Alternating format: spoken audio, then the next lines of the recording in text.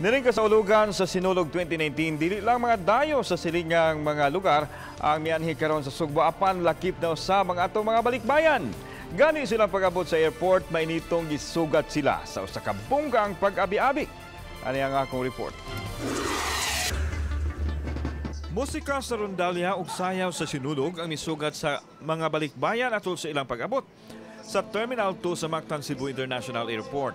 Gisugat sila sa mga opisyal sa Balik Cebu Project nga galambigitan sa MCIA, Department of Tourism, GMAC ug uban mga stakeholders. Gisab-ungan ang mga balikbayan og welcome lei pag-abot nila ganiha sa arrival area ug gitunulan og proud Cebuano chocolate product. Gihangop sa mokapin usa ka libo ka mga balikbayan ang mainitong pag-abi-abi kanila. Kasagaran kanila gikan sa Estados Unidos. Gani panaad na sa magtiayong Montesilio nga mauli gyud kada tuig sa piyesta sa Balaang Bata. Panaad, pirmi gina panaad, good health ang pirmiro gyud. Nindot kayo, we felt like home. We're at home. Nindot kayo nga welcome. Alang sa mga deboto, bisan og layo ang ilang gigikanan apan mugahin gayud sila og panahon nga makapauli sa fiesta ni Senior Santo Niño. Suma ni Juliet Delmar nga gikan pa sa Dubai. Mao gyud ni akong panaan sa senior na makauli ko kanunay. Sinulog ko pa mga pila na katuig 20 years na siguro ko kauli. 20 years? First na sinulog. May inahan ako pagkikanan ko Bisaya man. Yatagan og dakong bili ang mga balikbayan ug ubang mga turista nga motambong sa Sinulog.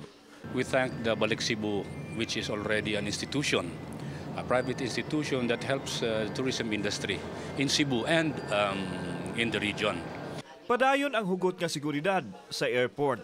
Apan gipaniguro sa MCIA nga maabi-abi ang mga tawo nga moagi sa tugbahanan nunod sa kasaulugan sa Sinulog 2019. Monday, nag-come out na si GM sa MCAA o kanang operations plan for Sinulog 2019.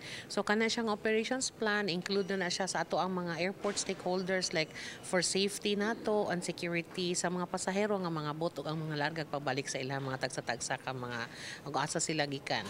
Samtang positibo ang Department of Tourism nga mosaka pa ang turismo sa rehiyon, ilabi na nga aduna natay mga world-class airport ang MCIA ug ang Panglao. We welcome the new development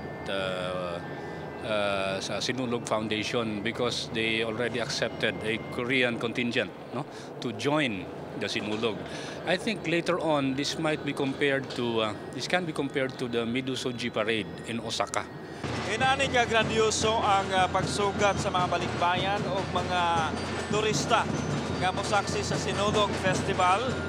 Muna ang sitwasyon karon diri sa Mactan Cebu International Airport Terminal 2. Ibanabana nga mokapin sa usa ka libo ka mga balikbayan ang nangabot karon lang yung adlaw diri sa MCIA.